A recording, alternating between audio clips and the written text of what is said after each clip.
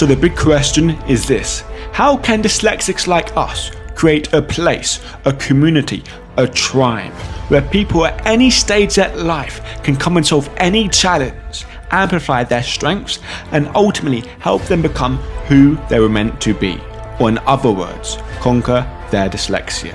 That is the question, and this show is the answer. My name's Theo Goff, and welcome to the Conquering Dyslexia podcast.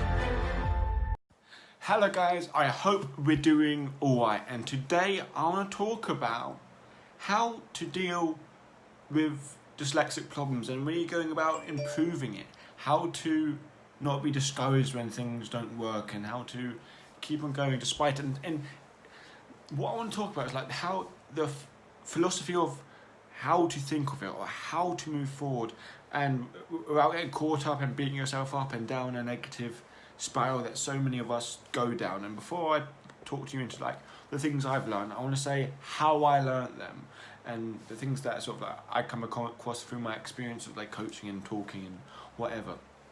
So like I remember, but basically now at the moment I just came back working in a school as an agency. I've been working in school for a while. I absolutely love the school. I've been working in this class.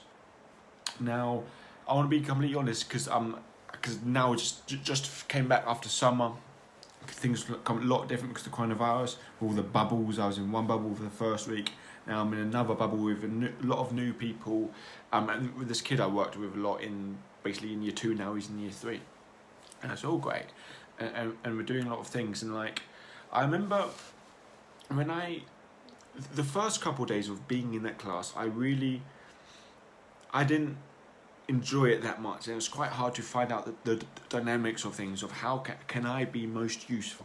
Because I think us, especially how I think, and it's like how a lot of people, dyslexic people think, we want to be useful, we want to make a difference. We don't want to just sit there and not do stuff. We don't want to sit there and just do the minimum, or sit there and just, let everyone else do things. No, we want to be proactive, we want to be productive, because I feel if we are those things, guess what? We're happier. Guess what? We can do things better. And because the first couple of days, I didn't know the structure. I didn't know how all the different bits moved about, because it's a new setting and new things, all this new stuff. And so it took a couple of days for me to actually get my groove and get moving and get things working. And then I sort of learned, okay, these are the activities. What activities can I do that wouldn't be my weaknesses? For example, names.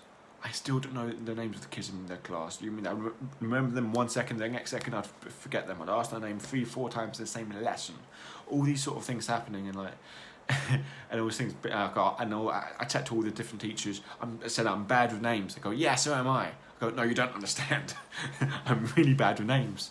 And so basically all these problems. For example, when people went to hand out loads of books, and they sort of like, okay, I want to hand out loads of books. I want to be helpful.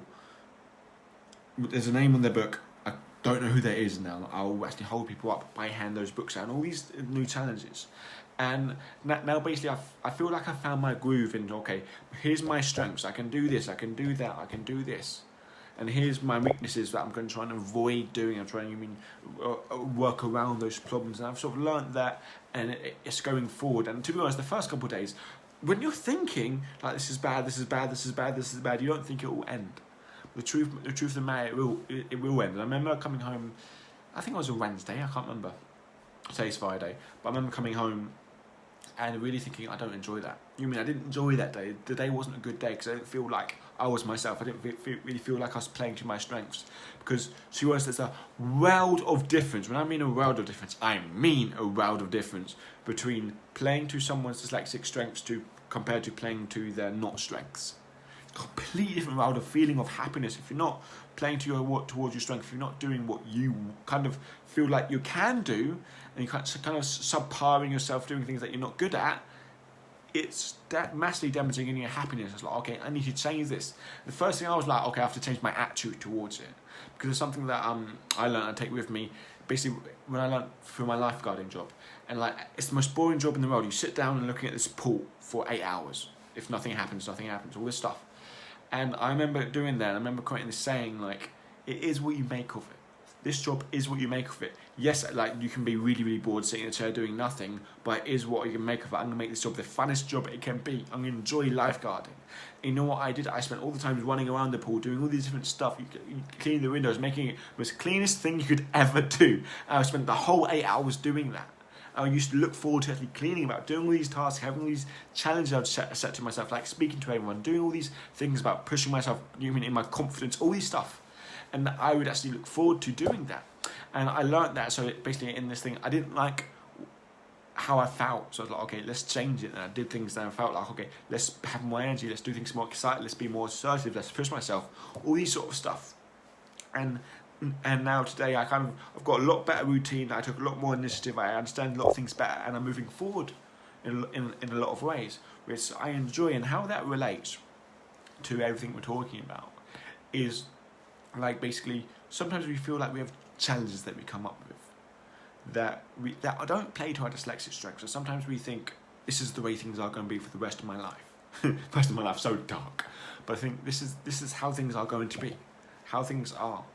And we just get down in the bugs saying, I don't enjoy this, I don't enjoy doing this activity, I don't enjoy doing this job, I don't enjoy being in this class, because we've had a few bad days of it, a few bad experiences of it. And that sometimes can be in a belief about ourselves or about the class. And every time we go into that class, every time we go into that same situation, we hold the same negative anchor, saying, this is going to be rubbish. And guess what? If you think something's going to be rubbish, and you go in with the attitude it's going to be rubbish, guess what? It will be rubbish. But if you go in with the attitude saying, is what you make of it. Look, it was rubbish this time, but I need to change this. Not that they need to change. I need to change this. You change it, it'll be fun. Okay? That's the first thing. And the second thing I feel is going to be really valuable. Like, I want to talk about it. So basically, I do this thing. I post it on TikTok and stuff. It's silly. But basically, I started a while ago doing these things like improve my English. Because, like, if I want to help loads of dyslexic people, I've got to improve my English. Like, I want to basically create a place where anyone, any dyslexic at any stage of life can come and solve any problem just like that, as you probably know in my intro thing that I keep on playing.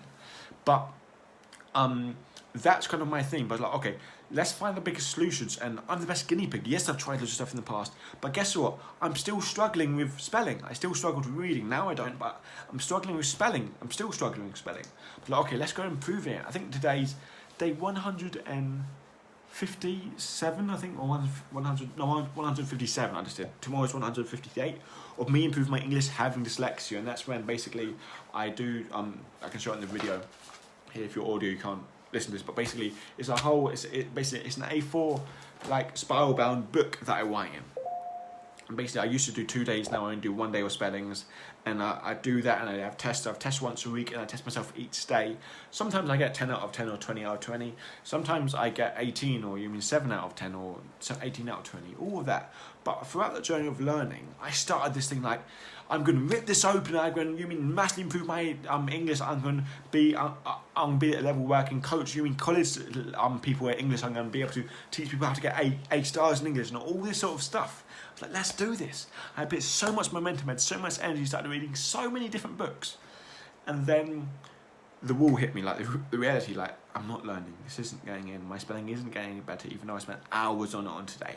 And all these challenges started coming up, and the weeks were hard. I would work really hard, and then we went for the spelling test, I would get half of them right. And I would feel, Jesus, I worked really hard on this, and all this stuff. And then as I kept on doing it, because I was like, okay, let's just do it each day. And as I kept on doing it, I started really realising, because I knew it in my head, it's about the journey and it's about doing it, but there's a big difference between knowing something and experience something. And I started realising so I started experiencing, look, this is the journey, this is the journey, this is the journey. It's not about the outcome, it's about the journey you go on. The purpose of becoming successful, the purpose of conquering your dyslexia is not because of the outcome. It's not what you're going to get that's going to make you happy. It's who you become. The best thing about conquering dyslexia is who you become in the journey of conquering dyslexia. That's why it's a gift. Because once you conquer dyslexia, guess what else you can do? A hell of a lot more compared to if you didn't conquer dyslexia. Because you would have became such a strong person in the journey of conquering dyslexia. All this stuff. And that's why I'm obsessed with taking responsibility and conquering it. Because it's who you become in the journey of it. And who you become in the journey of, like me, spending hundreds of days every single day trying to improve my English. Now, when I don't have to, when I'm doing it off my own initiative, who I'm becoming on the journey is so much more, I'm so much more proud of being someone who I enjoy. And yes, I am seeing progress now more than ever because I've done it for 150 days odd, consistently. And it's like, not every single day, sometimes I miss a day, all this stuff. But the main thing I learn is don't focus on the immediate result. Especially with something with this, something that we're trying to improve that we inherently find difficult. And especially like loads of people got a massive negative anchor with improving English because they spent the whole education trying to improve it. And if they don't want to spend the same pain doing it again, but take the pain out of it. Don't think like, oh, I should get 10 out of 10. Oh, I want 10 out of 10. If it's not getting 10 out of 10, I have to work harder, I have to do it. That will just leave you negative. All you do is start slow. Just have a routine of doing, okay, 10, 15 minutes every single day. I'm just going to do this one page every single day.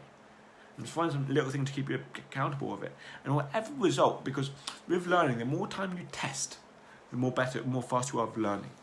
Testing is one of the key superpowers of knowing if you learn it or not learning, because testing, you retrieve the information out of your head. Because no good revising without testing, because testing is actually getting the knowledge from inside your head to out there on the paper. But when you test it, and don't have your emotions linked up to the result. Don't have your emotions linked up to the result. Just get your result. Saying that's interesting feedback. Carry on. And basically, what I do, I have two books. I have one like A3 book and one A4 book. And in my A3 book, I write down all the spellings that I want to do. Basically, so I have 20 spellings I'll do each week. Okay, I have 20 spellings I'll do each week, and then I go through. Before I used to go through 20 spellings. Now I go through 10 spellings because I want to. And so basically, I write 10 spellings out, and then I go through them. And basically, I write 10 spellings out on my A4 piece of paper. I leave 2 lines back for me to basically spell it correctly. And I would go through this word, and basically, I would look at it, I would say it, and I would write it.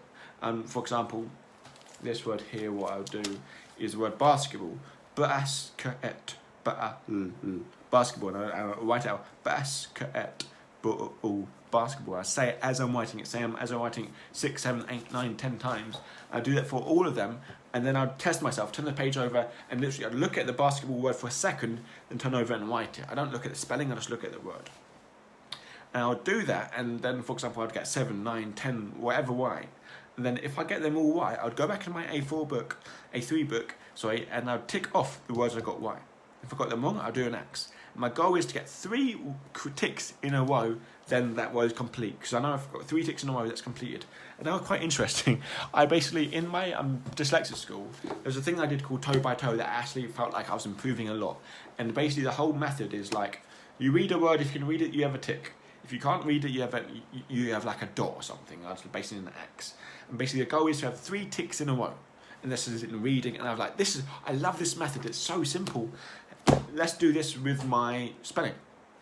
I was like, let's do it with my spelling, and now it's been working, been consistent. But I don't care if I get 3 out of 10 or 10 out of 10. Well, I do. I like getting 10 out of 10. But it doesn't make me miserable if I get 3 out of 10.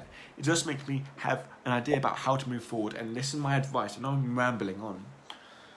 But when you're trying to improve something, learn something, the more stress, I think of it like this, the more negative emotions I'm feeling, and stress is a negative emotion. Pressure sometimes can be a negative emotion, sometimes positive.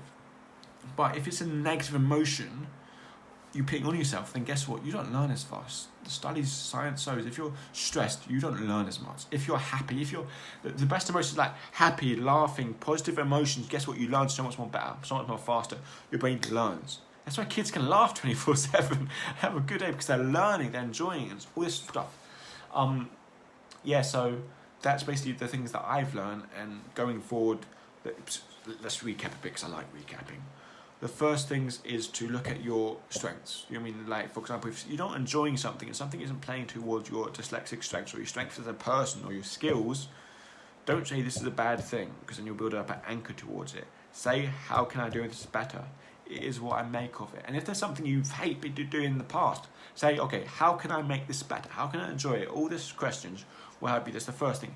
Second thing, when you're trying to improve something that you can be inherently hard for you to improve, or when you try and do something, how you do it is don't obsess over the result, and don't have your emotions tied to the result. Have your emotions tied to the action of working on improving and be enjoying the process. Guys, I hope you enjoyed it, and please, this podcast, like, share, do all that stuff, because it really helped me out. And only like and share if you feel this is add value. If you don't feel add value, tell me off, message me saying, Theo, I listened to it and I wasted all my time. Do all that. Guys, take care and bye.